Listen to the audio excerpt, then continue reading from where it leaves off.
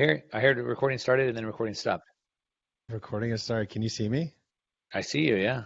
How you doing, brother? I'm doing great. I'm doing great, man. You see me? I can see you perfectly. It's an amazing background, lighting brush fires.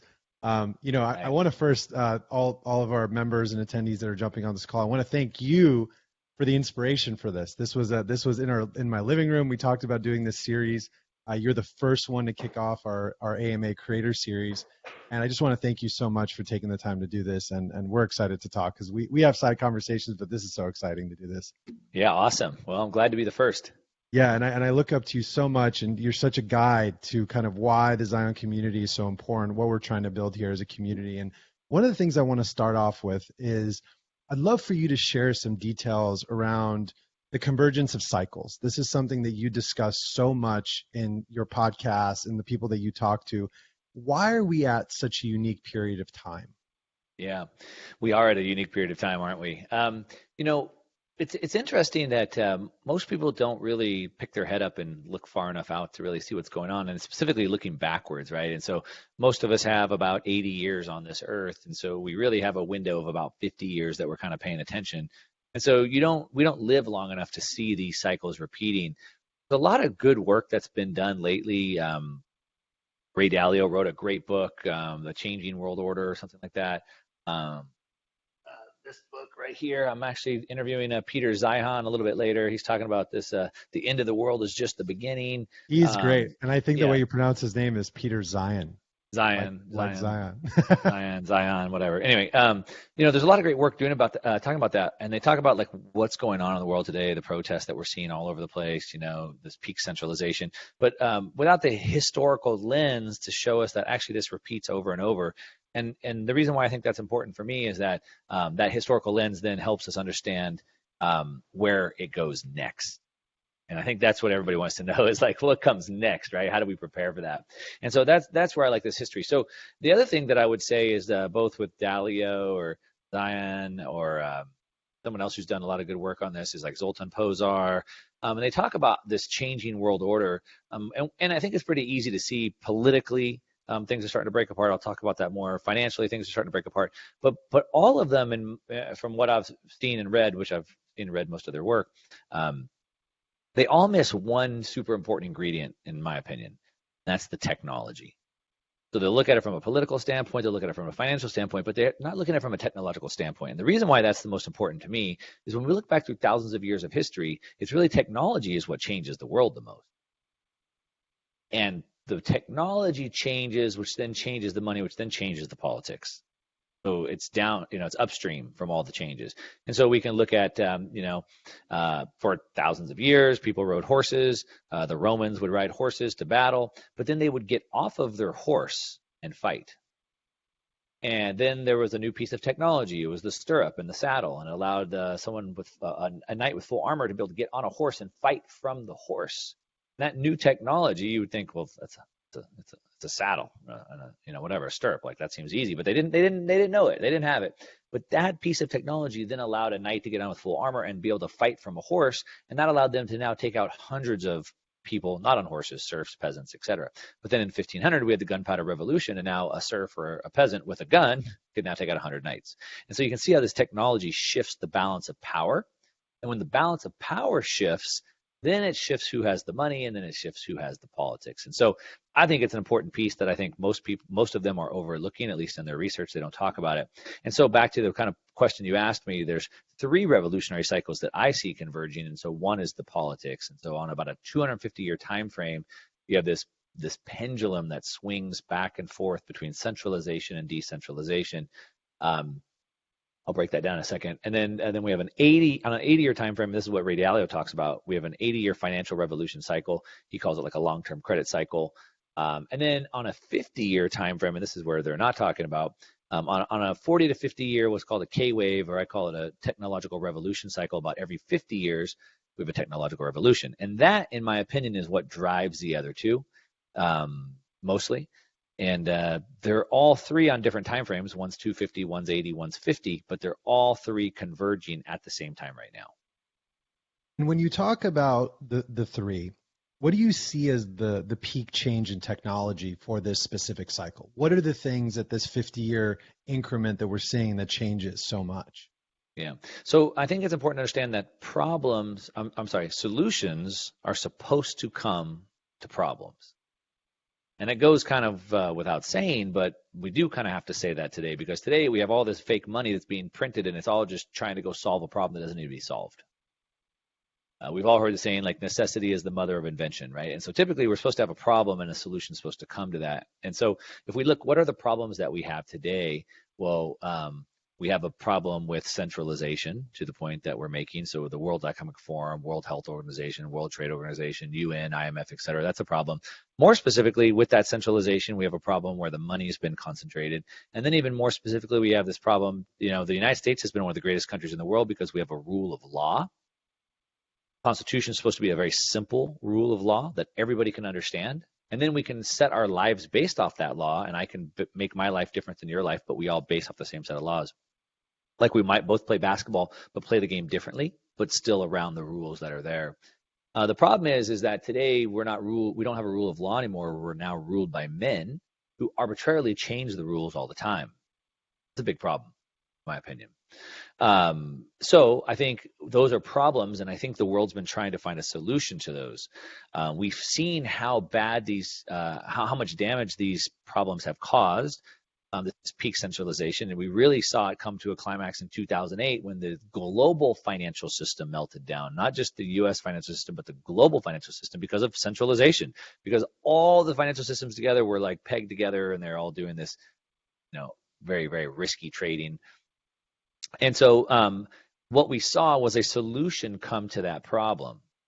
And that solution that I'm talking about was Bitcoin, which in the very first line of code, Satoshi Nakamoto put in there, the chancellor was on the brink of a second bailout. He was referring to the global financial meltdown that was happening. And so Bitcoin was created as a response to that problem. And so what happens is, again, so we have these technological revolutions. I want to just talk about that for a second. They're not new technologies. New technologies are great. New technologies improve our lives. New technologies improve things. Technological revolutions are different than technologies in a sense. There's two main components of them. One, they change the course of humanity. And two, they drive financial markets. So an iPhone is a good example of a new technology. It took a computer, took a phone, put them together. I think that's cool. That was super helpful. I love my iPhone, right? It's a great equalizer. It's been great for the world. But a technological revolution is different, and there's only been 5. So there's the Industrial Revolution. All of humanity, we had horsepower, manpower. Now a machine could do the work of 5,000 people. Why is that important? Well, now people were freed up from all those tasks, and they could work on things like science and medicine, and that was pretty important. And then we had then we had steam engines in the railways. All of humanity, people had horsepower, manpower. Now we had steam engines that could move stuff across continents. Then we had electricity and steel. Obviously, electricity, I don't have to tell you how big of a change in the world that was. And then we had oil automobiles. And then 1971, we had the microprocessor, which brought us personal computers, telecommunications, internet, and the capability to do this, right? And you can see how each of those changed the course of humanity and drove financial markets. So what's driven all the financial markets for the last 50 years? Telecom, internet. What drove them before that? Ford, GM, GE. What drove them before that? Steel, oil, right? So you can see how that works. And I think that's what we're witnessing. And I gave a talk a couple weeks ago in Miami, and I was talking about how crypto has confused people to what the real technological revolution that we have that's happening right now. And that is decentralization. Technology, decentralized technology. And so at the very same time when the world is maxed out, peaked out at centralization, the world is pushing back on that. The pendulum is swinging back towards decentralization. We see this with the protests happening all over the world, countries falling left and right all over the world. At the same time as the world is pivoting back, we have a new technology that gives us exactly what we need, which is decentralization. And when you talk about this particular technology, you have Bitcoin. It seems like Bitcoin is the core of this revolution. Why is Bitcoin so important in this next technical revolution that you describe in terms of technology? Why is it so important? Well, I think one thing to understand is that again, if solutions come to problems, and the problem was peak centralization, and so again, it swings on this pendulum. And the reason why is because as humans, we just take things too far. So maybe somewhere in the middle, moderation is good, and then we take it too far, and we go, oh shoot, we've gone way too far, and then we swing back the other way, and then we overcorrect, right, and then we go too far the other way. And so this centralization has become way too bad, and I've highlighted some of that. And I think it's pretty easy to see. I mean, just look at China and their social credit score system, and they've ruined their banking system. For the last several weeks, the people in China haven't been able to get money out of the bank. They were trying to go protest at the banks, and all the Chinese citizens were trying to go protest, and their phones turned red. Their health passports all got turned red on them, and they weren't able to get bus tickets or go protest. And that would be an example of centralization gone too far, in my opinion.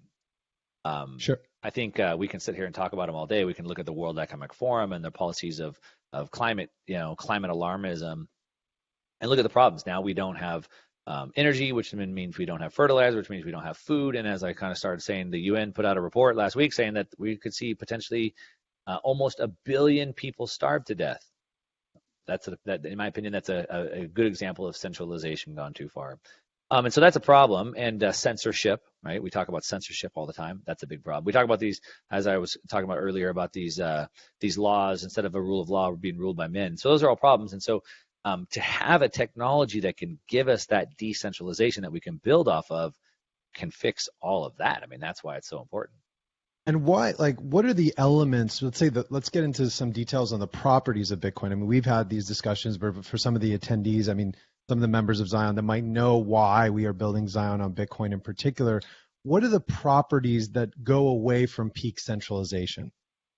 Yeah, so I think I made the statement, so I should probably back that up. So I made the statement that people are blinded by cryptocurrency and missing the true revolution. The true revolution is decentralization. So what is decentralization? We can talk about that for a second. So centralization, or a centralized database, is easy to understand. Experian, the credit agency, has a database somewhere in a server room, and Facebook has a database, and Google has a bunch of databases in their server rooms, right? And those are centralized databases. Google controls that ledger. They control that database. If I want to use Google Docs, you and I are sharing Google Docs. You have it open on your computer, I have it open on my computer, but the ledger, the copy, is at Google's headquarters, right, in their room. The opposite of that would be, instead of having one database, we have a bunch of databases. And now all the databases are exactly the same, but they're decentralized. A bunch of people, thousands or hundreds or millions of people, have those databases. And then the key here is that nobody controls that ledger. Nobody controls that database, which then means nobody can arbitrarily change those rules. Now, in order for you to achieve that, everyone must be able to run a database. This is a very key piece here. And so the Bitcoin database is less than 500 gigabytes. You could run it on a thumb drive. People in a third world country with a 5-year-old laptop can download the database and they can run it. And so everybody needs to be able to run it in order for there to be true decentralization. And Bitcoin is really the only one that's really achieved that. You look at the Ethereums and the Cardanos and the Solanas. The database is way too big. You can't run that. You'd have to be a professional data engineer with a professional server grade, commercial grade server in a commercial grade co-location facility. And so it's just not possible for people to do it. So it can never have that level of decentralization, which to me is the revolution. And so can we dive a little bit deeper into that? Because one of the analogies that I've kind of used is that, it's a system where the root permissions are independent of a government, right? So right now, read and write permission, root access of the Federal Reserve is centralized by the Federal Reserve. But Bitcoin has this independent root permission system that is open source. So can we get into like root permissions and a little bit of the thoughts on like, why is it so impactful that the US and the Chinese government don't have access to the root state of Bitcoin? Yeah. So I think before we dive into that, I'll just say one other thing, and that's that each of these technological revolutions changed the world, as we've already made the case. But what's important to understand is that each of them have a killer application, an initial killer application. And so, for example, when electricity was invented, what were they trying to invent? Light bulb. What was the first? It was light, right? Like a light bulb. Right. So that was the killer application of electricity. the killer app. To increase throughput of being able to work longer hours that candlelight just could not fulfill. So it increased. I guess my analogy would be it increased our work capacity over time. Right. So, but what the killer application was a light bulb. Well, what the hell do we need a light bulb for? Candles have been light for 5,000 years. Look how much better they are. They're portable. I don't need all these wires and stuff, right? And so it was a light bulb. But what really it did is it gave us a new set of building blocks that we could build all types of things on that we didn't know at that time. For example, the ability for us to do this online video meeting. We didn't know that it was a building block we could do this off of later. Steel was another technological revolution, and steel gave us the ability to build skyscrapers and bridges. It gave us a new building block. It allowed us to build space shuttles that go into space now. And we didn't know we'd have space shuttles when steel was invented. And the reason why I bring that up is Bitcoin, the killer app that it was invented for was money, like digital cash. That's what Satoshi Nakamoto said. But what it did is it gave us a new set of building blocks that allows us to build all new things on. That's a key piece because we try to understand, what is this new technology? Well, it's sort of like a digital candle. Well, it was that, sure. What's Bitcoin? Well, it's sort of like digital cash. Sure, it's like that. It's like digital gold. Sure, it's like that. But it's a new set of building blocks we can build things on. So, for example, what Zion's doing with the DIDs, for example, to have a decentralized ID that allows me to own my own identity, it needs to have a hash that's in a decentralized place that nobody could control. So it's hashed in the Bitcoin blockchain. Now, it's not really using Bitcoin like as money or cash, but it's using the building blocks that it gave us to create something totally different that nobody could have experienced off of that. So I think that's an important thing to understand. And that's why it's hard for a lot of people to get really how big this will be, because they can't understand all those things. But back to the question that you asked, and it dovetails into that. And so we need to have this ledger that nobody can control, so we can put things in there that can be secured and can be owned by us. And so if right now I were to use Google or Facebook for my ID to log into places, they could manipulate that if they want to, but also the government could then squeeze them or force them or overtake their database to change that as well. And so this Bitcoin blockchain, and I made the case in my talk, Satoshi Nakamoto never used the word blockchain. He used the word time chain. And so in this Bitcoin time chain, I'm trying to get myself to start using that word. In this Bitcoin time chain, it gives us this new building block, and it allows us to own our own property. And why is owning our own property important? Well, owning our property is only good if we can control that property, so free of censorship. I think you and I talked about that the other day. And so it gives us a building block. It allows us to store things in there. Maybe that's money, my value, my communication, my ID, in a way that nobody has access to change or control or manipulate. And the time chain analogy is amazing. And one proxy I want to bring to this is, and I know the iPhone wasn't necessarily a revolution, but one proxy is that when the iPhone was invented, no one knew that it was going to disrupt the entire taxi business, right? That's like the proxy where, because Bitcoin's invented, we actually probably don't know some of the use cases, but the one that you just established was, anchoring your identity for the first time on an immutable ledger. And I'm really, really excited about that implementation, that when we launch V2, users and all the people that are on this specific talk, all the paying members, will be able to actually identify a username, tie that to a DID, and then anchor that to the Bitcoin time chain forever. And they'll be the only one to access that data, and anyone can go search that hash in the future and know that was actually their identity over time, kind of forever. So one of the things that I want to get into is custody. And I know this has been a hot topic because there was a question that came in from the audience about what happened with Celsius, in particular about custody of Bitcoin. And so one of the things that I think makes it unique is that you don't actually have to have a custodian. So, there's people that are putting their keys, not your coin. So why don't you talk a little bit about what happened there and why it's so important for people to think about controlling their own keys, because they have the opportunity to with this asset. Yeah, so going back to this technological revolution, and solutions are supposed to come to problems. So what is the oldest problem that mankind has had? One of the oldest problems. And in my opinion, probably the oldest problem that mankind has had is, how do I secure my property in a way that can't be stolen? Someone's going to try to take my chickens, my goats, my berries, whatever, right? And so then, Me and a buddy, we team up, and then we make a village, and we make a tribe, or a city, a kingdom, a country, right, or whatever. So how do I secure my property in a way that can't be stolen? And in order to secure my property, depends on what type of property it is, I'd have to do all different types of things.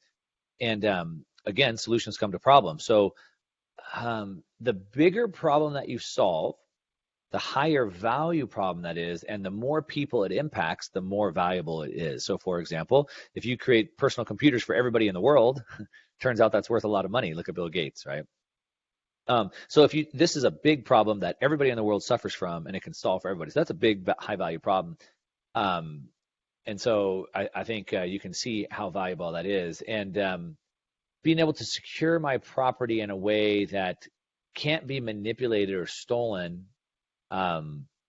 Again, we don't understand all the ramifications of what that means in the future, but we can understand that it's a pretty big solution and it's going to have massive ramifications. Of course. And I think that the question that came in specifically was that, is it okay to store on these platforms to leverage them? About Luna. Yeah. Leverage in particular, right? So people are actually lending their Bitcoin out for whatever their percentage is, and then they shut down and close withdrawals. Yeah, so I guess that was I forgot to add that part. So Bitcoin solves that problem and allows me to hold my assets for the first time in history. I have a way I can do that. So then why would I want to give that up and have someone else hold my Bitcoin for me? Now I understand the idea of using it to gain leverage, or some sort of a yield, 10% yield or whatever. And I guess I understand that, and I guess people want to earn yield. And I think what most people misunderstood is the amount of risk they were taking with that. Most investors, professional investors, full-time investors, are looking for what's known as asymmetric opportunities. So I want a chance to have more upside than downside. I want the odds stacked in my favor. And so I want to risk 10, but to hopefully make 100. And so with Bitcoin right now, if you want, I can walk you through the math, but I don't think we need to. But I think Bitcoin has an easy 80x upside from where we're at today. It could go to 0, so I have a 1x downside and an 80x upside. I like those odds. Those are pretty good. I'll take those odds. And where do you get the 80x from? Let's dive quickly into that. So real quickly. So if you and I were in Silicon Valley a decade ago, and I'm pitching you on a new product that I want to get your money on, and I'm like, hey Justin, I'm raising money for this new thing. It's going to be so awesome. You're like, well, what is it? I'm like, well, it's sort of like a way you can use your phone and you can call a ride. And you're like, oh, you mean like I can call a taxi? I'm like, well, it's sort of like that, but you can also get other types of cars and black cars and this and that. And I think it's going to be huge. You're like, well, okay, it's better than a taxi, but okay, what do you got? How much is it worth? I'm like, it's worth 100 million. They're like, dude, you're insane. Where do you get 100 million? I'm like, well, the taxi industry is this big, the limo industry is this big, the rideshare industry is this big, vans, et cetera, right? So if I can get 5% of all those, then it's worth 100 million. And you're like, oh, well, okay, I guess it is, right? So that's the way that we'd look at it. So then we'd go, well, what markets is Bitcoin disrupting? So they say it's like digital gold. Okay, well, JP Morgan and Citibank both put out guidance that it will overtake gold. Well, that's whatever, 11, 12 trillion dollars. So that's a 24x right there. They call it like a Swiss bank account in your pocket. So rich people have traditionally stored money offshore, so their governments don't get a hold of it. Swiss bank accounts have been a great way to do that. But what we've seen with the Russia situation is Russian oligarchs are getting their bank accounts seized, so it's not really working that well. There's about 40 trillion sitting offshore, so could it get a big chunk of that? Sure, 10%, okay, 4 trillion there. That's an 8x, right there. What else? Well, it's like digital cash. Okay, well, how much cash? We have 100 trillion in cash. We have 110 trillion in bonds, of which 20 trillion are negative yielding, which makes no sense. We have 324 trillion sitting in real estate. And so if we add up all these stores of value, these are store of value assets, the real estate, equities, cash, bonds, gold, offshore bank accounts, we come up to about 700 trillion in assets. Could it get 5% of that? Just 5%. Citibank and JP Morgan said it will overtake gold, but could we just get 5%? That's 36 trillion.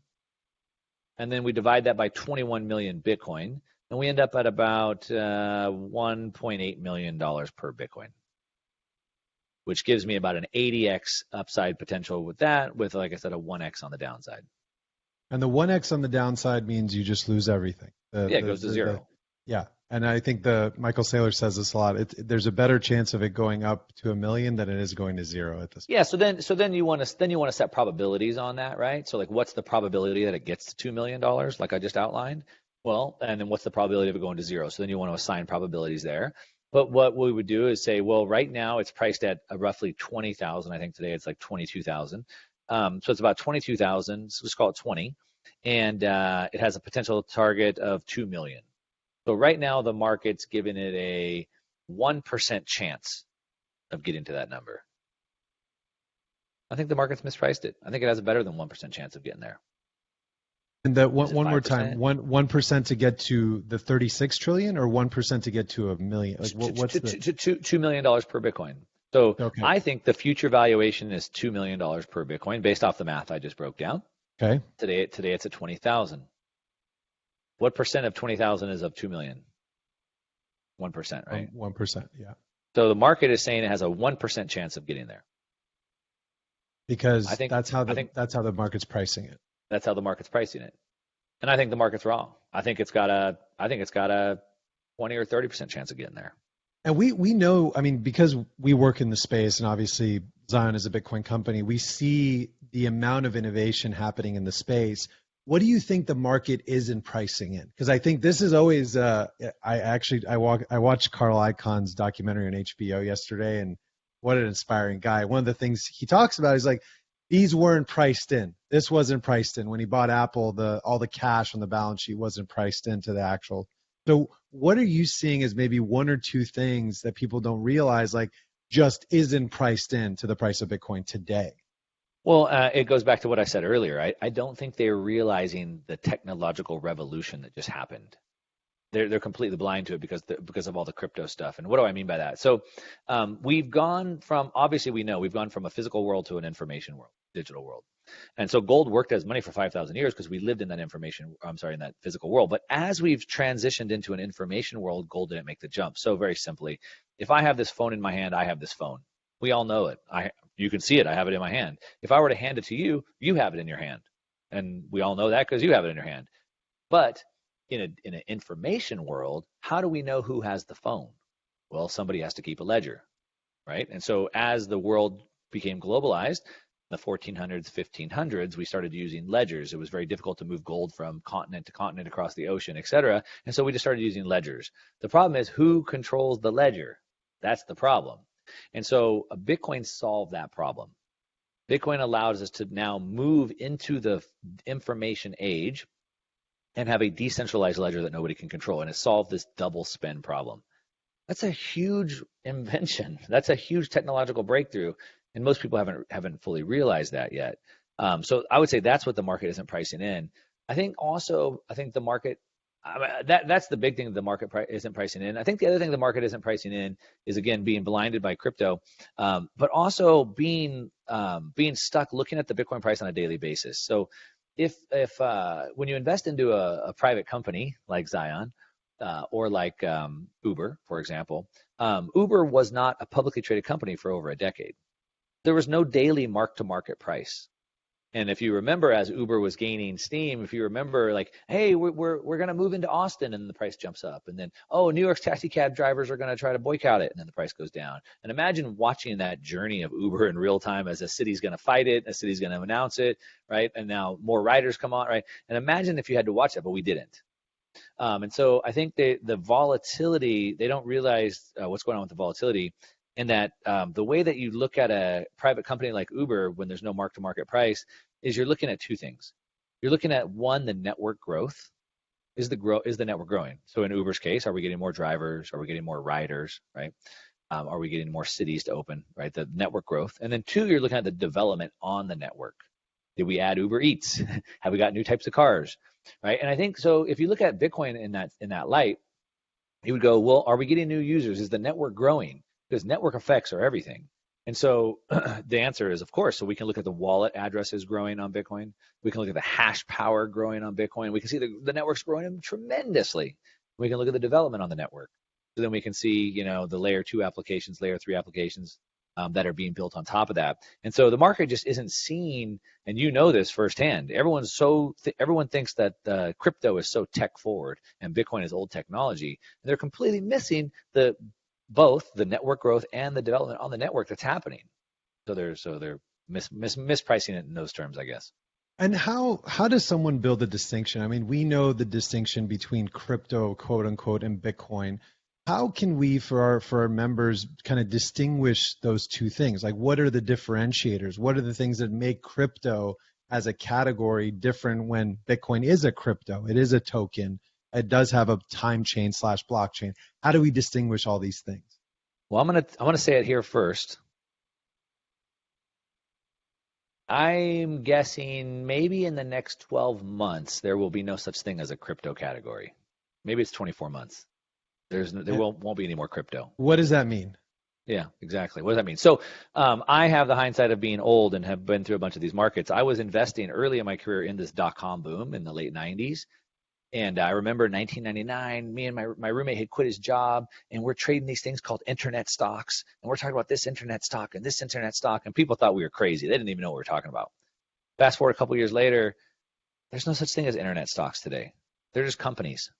There's businesses. Do you call Facebook an internet stock? I mean, it's just Facebook, right? It's just a company. And so we have this category called crypto today, but I believe that category will be gone and there will just be companies. So for example, we were in Austin together a month ago, and I was there for Consensus, the big crypto conference. And you have like all these like crypto games. Okay, those belong at a gaming convention, right? Then we have these supply chain management software cryptos. Well, they can just go to a supply chain management conference. Right? Like the crypto category itself will just be broken up and they'll each go to their individual places where they need to go. They're just software. They're just technology. They're just companies or whatever. And so I think Go ahead. Sorry. Go ahead. So I think as a category, it'll just be gone. And I think that will help. But back to, I guess, the initial question is how do people differentiate these two? I would just go back to this very simple question. Is the revolution decentralization? I believe it is. And if so, then it's easy to understand that in order to be decentralized, everybody must be able to run a database. I think that everybody can follow along with that. And the next question, if you want to prove it to yourself, is try to set up a database of Cardano or Ethereum or XYZ and see how well that works out for you. And I think you'll answer the question for yourself. It's very challenging, I think, to build on these other blockchains.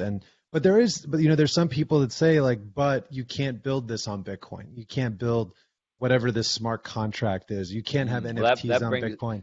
That brings me to another good point. How smart are these smart contracts? So so 2 weeks ago I was in Miami and I gave a whole presentation, and the name of the presentation is "How's Bitcoin Doing?" Because everybody's like, hey, how's that Bitcoin doing for you, huh? It's down 65%. So I gave a talk, how's Bitcoin doing? I broke it down into 3 sectors. 1, let's look at the price. And I talked about the network growth and the hash rate. Then section 2 was, are we just building a road to nowhere, or is there actually something going on here, the technical side of it? And then 3, we looked at the price projections and price levels. I'll send that to you. You can watch it. And if you want to post it to the members, you can do that. Okay, so back to the question. So in that presentation, I made the case, and this is maybe a contrarian take, is that not everything needs to be decentralized. This is the buzzword because it's the new thing, and everything needs to be decentralized. No, it doesn't. As a matter of fact, most things don't. And in that presentation I gave, well, here's things that don't need to, and here's things that do. Here's one that most people aren't going to get. You know what doesn't need to be decentralized? DeFi.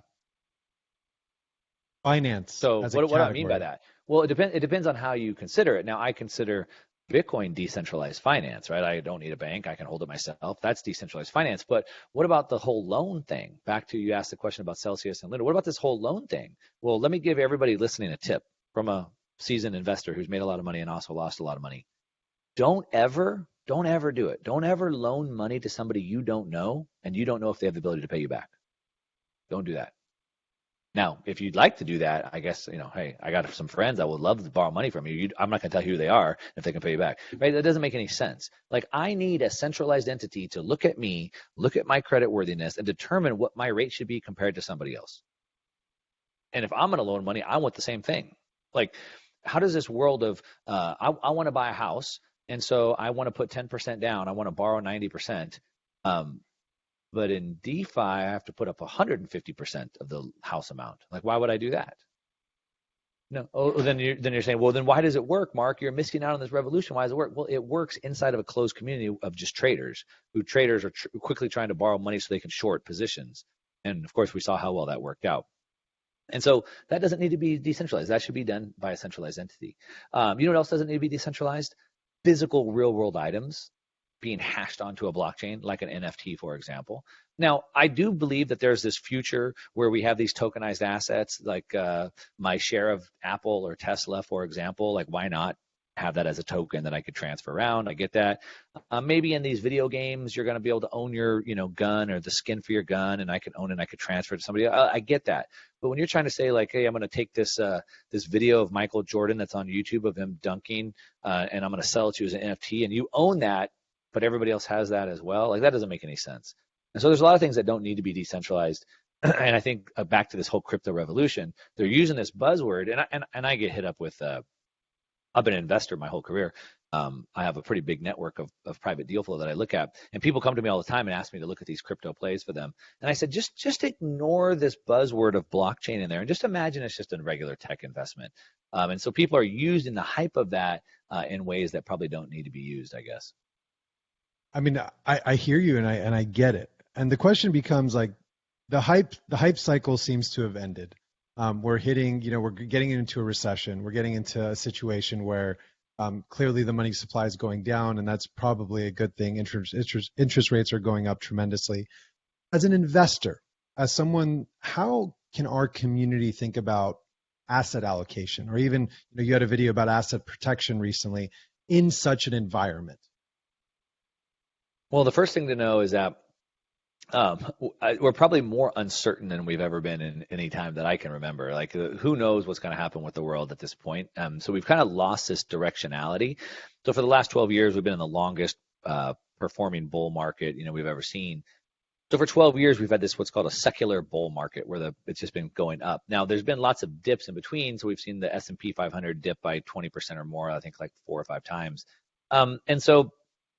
But because we've been in that long uptrend, those are all buy the dip moments, and that's been the way to do it. We've had this Fed put. But now we're at the situation where, like, is the Fed put still on? Will the Fed be able to keep the markets propped up? What's going to happen? So we're at this very uncertain time. I like to say that we beat uncertainty with optionality. And some of what gives us that optionality is cash. So Ray Dalio tells you that cash is trash, and he's not wrong. Cash has lost, the dollar's lost over 90% of its purchasing power in the last 100 years. So holding that cash, you just continue to lose purchasing power. But there's always nuance within all of these things. And a lot of people today can't see that nuance. I see it more and more looking across social media. It's concerning. But as an investor, it's super important, because the nuance is where you make the money. The understanding the nuance there. And so cash is trash, sure. 90% loss in purchasing power over the last 100 years, sure. But we're kind of in this, like, moment in time where right now we've kind of paused. Although CPI is still really high, we're also facing this potential debt crisis, this deflationary bust. So I like holding more cash right now. As a matter of fact, I'm probably in about 30% cash, and I'm trying to build that cash position up right now. So I like that. Selling some assets to be able to have the optionality of liquidity, right? I wrote this tweet yesterday, like, liquidity is king. You would agree to that sentiment at this moment in time? Yeah, I mean, everyone's in a different position, so it means something different to other people. For me, I don't need to go sell a bunch of positions. I already keep cash typically. I make a good amount of cash, and so I'm just not reinvesting the cash that I have, which is why I said I'm building that cash position up. So I'm now saving as opposed to investing, if that makes sense. But some people might need to sell some, whatever that case may be. But for me, I'm just saving. I'm not redeploying right now. So I'm being very careful on what I'm deploying. And then what else? Okay, so I think stocks typically are not a good place to be playing for the average person. with investing and business for that matter, everybody needs to have an edge, or sports for that matter, right? We all need to have an edge. Like if I was going to play basketball against you, like you're taller than me, so I'd have to play the game a little bit different. Maybe I would try to use my speed in a different way, or whatever. So I'm trying to find what my edge is, and in investing is the same thing. It's I like to say that if you don't know what your investing edge is, that you don't have one. You don't have one. But when it comes to stocks, you ain't got no edge. You think you got an edge over these high frequency traders? You think you got an edge against these hedge funds with like hundreds of PhDs working for them? Like you got a little edge? Like, come on, you ain't got no edge, right? The publicly traded markets are known. Everybody knows what they are. And so I don't typically like to play in those a whole lot. I think, if I was thinking about like my 401k for my retirement, that's some way off. Sure, parking it into some index funds might be okay. The thing that bothers me with the stock market today is that the valuations have gotten so carried away that even though Microsoft or Amazon, which is deeply discounted today, and I would imagine that Amazon and Microsoft will still be there 20 years from now, and I would imagine they're going to be bigger companies in the future than they are today. And I would imagine I think it's highly probable that there'll be bigger companies making more revenue in the future than they are today, but their stock might be lower than it is today because they have multiples. And so I think we've seen these multiples get stretched to insane levels. And we've seen throughout history where these sometimes, like Cisco is a great example. Cisco sold off. It's a great company. It's still around today, but in 2000 it got sold off and it never recovered back to that multiple that it had before. And so we could see these companies continue to grow, continue to do better, but still not get those same multiples. So for me, I'm not really playing a lot there. I like to think, and I've been talking a lot about since November, December last year, how the market's been rotating out of these growth stocks into more value, but I like to think about commodities. So I say as they continue to print, unlimited fake fiat currency, people are going to want to buy more and more hard real things. So as we're finding out, central banks can't print more oil. They can't print more gas. They can't print more food. And so I really like putting money in some of those places right now. And then, of course, Bitcoin. I made the case. I recorded a video last week, which I should have put up right away. It's scheduled to go up on my channel tomorrow. I've done several videos of this, including the talk I gave that I'm going to send you the video of. But I think that Bitcoin is at a historic buying low opportunity right now. The last time it's hit these levels, it returned almost 400% and returned 1,600% when it hit these buy opportunities right now. I think the market's oversold. I think market stopped going down when there's no more sellers. I think there's no more sellers left. I mean, I might sell a couple, you might sell a couple, but we saw 100,000 Bitcoin get dumped into the market in a couple of weeks. Like that's gone. So I think Bitcoin's at a historic buying opportunity. That's a great place to start buying right now. So I think Bitcoin generally, and it looks like, to the point I was going to make, I think it looks like last Thursday was kind of this bottom. We see HUD 8, Mara, and Riot Blockchain all bounce between 50 to 100 points just since last Thursday when I recorded that video. So those are great places. The commodities boom, I think, is a great place. And then cash. You talk about this price of Bitcoin. What about the mechanics to why we saw that price kind of change? Because a lot of people don't understand that Bitcoin was actually one of the biggest pieces of leverage that DeFi used. They would use the Bitcoin as the leverage point, and when the tokens they were buying went under the value, all that had to get liquidated immediately, and that's what really flooded the market with 100,000 Bitcoin. But can you talk a little bit about like those functions of what actually happened that could have been a cause of this asset to go down so far? Yeah, so I like to talk about volatility, the price of assets going up and down. Volatility is the difference between perception and reality. So the reality is like this, like a 45 plane. The reality is the network is growing, development's growing. That's the reality. The price is the difference of perception. So it gets overbought and then it gets oversold, and it gets overbought and it gets oversold. And so there's lots of reasons why it gets overbought and oversold. Some people expect way too much. They hear the Michael Saylors, it's taking over the world. All of Wall Street's going to buy it. Nations are going to adopt it, and it gets overbought. Perception got too high. And then, I guess the nations didn't adopt it. And I guess no more corporations adopted it this week. So then it starts dropping. But then at some point it gets oversold. Well, it's not that bad. It's not going to zero. And then it comes back up, right?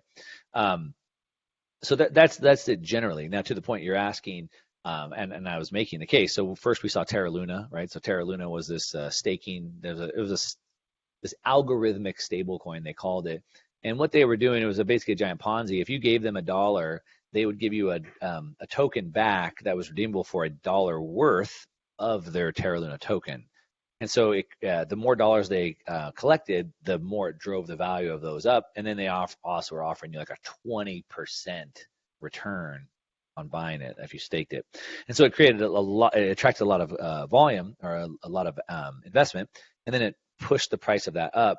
And then what they started doing is taking some of that money that they had collected and started buying Bitcoin with it. And they said, hey, we're going to back this with Bitcoin. So now we actually have something of value to back it. The problem is because it was a Ponzi, Ponzi's use leverage and they grow really fast, but they also fall really fast. And so as it started to unwind, they were forced to basically liquidate all their Bitcoin onto the market at one time. And then it started triggering like a domino effect, a bunch of other platforms. Some of the big ones, of course, we saw Voyager, we saw Celsius, we saw Three Arrows Capital, et cetera, all start dominoing down, and they were all forced to liquidate their assets. They were all in these like yield farming, staking platforms, and as they were getting margin calls and requirements, they weren't able to meet those. Then liquidate, and so it's huge amounts of Bitcoin hitting the markets all at once. What's important in this video that I have coming out tomorrow that I recorded last week, again, I was showing is that very simply, markets stop going down when there's no more sellers. Very simply. Markets also stop going up when there's no more buyers. That's also part of this boom and bust market. So when prices go up, it attracts more people, and the more it goes up, the more they attract. But eventually you kind of exhaust all the buyers at that point, and then it just starts going down. And then they start going down until there's no more sellers. And so we saw these liquidations. Terra Luna became a mass seller, Three Arrows Capital, and all these ones, and then liquidate, and sell. And we saw the price drop from in the mid 40s down to whatever 30, and down into finally 20,000. But then what happened is because the price had dropped so low, the miners became highly unprofitable. They had to start turning their machines off. We can see this through on-chain metrics. And so we saw about 100,000 Bitcoin were liquidated, over 100,000 Bitcoin liquidated through those collapses I talked about. But then the miners had to capitulate. And we can see these like hash ribbons. We can see the amount of power on the network. We can look at over like a 30-day ribbon or a 60-day ribbon. And when they invert, it means that the price has diverged from where the price of Bitcoin is versus how much they can make on their power. And so then the miners were at a loss, and they had to start shutting machines off, and they had to start liquidating their Bitcoins. They had typically been saving that Bitcoin, and they had to sell massive amounts. As a matter of fact, we can tell from publicly traded documents that they've probably closed out, and my guess is about 80% of the Bitcoin on their books. We saw well over 25,000 Bitcoin liquidated just instantly, like within a day. And so now there's no more sellers. Like I said, I was kind of saying earlier, individuals can sell. There's no more big sellers. There's no more big sellers. And it doesn't look like what we've seen the big buyers. Now we've seen the big buyers. So right at that $19,000, $20,000 price point, we were seeing last week on Binance there was $1 million of Bitcoin being purchased per second. Boom, boom, boom, boom, boom, boom, just buying that up. And the other thing is back to this kind of is the bottom end, which we don't know. We don't know the bottom or the top until we look backwards on it. But if we look at the Fed announced last November that they were going to start raising rates. And November, coincidentally and not coincidentally, was the top of both the NASDAQ and Bitcoin, what we would consider risk-on assets. The S&P 500 didn't have its peak until January. So risk-on assets, NASDAQ, tech stocks, and Bitcoin, both started selling off instantly on the news. So they move in advance of the traditional market. The reason why that's important to understand is that they would also bounce back before the rest of the market. So that last CPI print came out last week at 9.1%, way higher than anybody had expected it to be. That put the Fed into a panic, which means now they have to speed up their rate hikes. So they had projected to continue hiking rates through next year. And now many, including myself, believe that they'll probably finish hiking rates before the end of this year. The reason why that's important. Where do we end up? Yeah, where do we end up? 5+? Oh, heck no. No. We end up at maybe 3. Maybe we end up at 3 at best. And whether they do 7.75 or 1 this month doesn't really matter. It's pretty much the same thing. But they're going to have to bring that up instead of getting through next year. They have to bring it forward this year. They'll finish this year. And what's important to understand is now that we can see the end of that, then risk on assets could start moving in advance of the rest of the market, which is exactly what it looks like because, as I said, since I recorded that video, we've seen those 3 assets I named, Mara, Riot, and Hut 8, have all bounced between 50 to 100% in just the last, 4 or 5 days. And so maybe the bottom's in. Maybe. But do you think heard it that's here first? yeah, I mean, but do you think that's the only thing to unwind? I mean, if we're looking at 2008, we have $30 trillion of QE that in some way, shape, or form to build a healthy economy needs to get unwound. Can you unwind that in 6 months? I mean, it just, to me, it seems like it's such a low time preference for such an unwinding. I understand prices, but is that enough time to actually unwind? I mean, the Fed is buying back bonds. I'm sorry, the other way around. They're selling bonds now. They're not buying them back as QE. I think the question you're asking is a good one, but I think it's also, in my opinion, it's highly improbable. And so, sure, the leverage needs to come out of the system. Of course it does. And it's been trying. Ever since 1971, we got off the gold standard, the market keeps trying to deleverage itself, but the Fed keeps pumping it back up. So in 2008, it was a $700 billion hole they had to fill. In 2020, it was a $7 trillion hole. And in 2023, it's going to be a $20 trillion hole. So does the market need to deleverage? Yes, of course it does, but I don't think it's going to happen.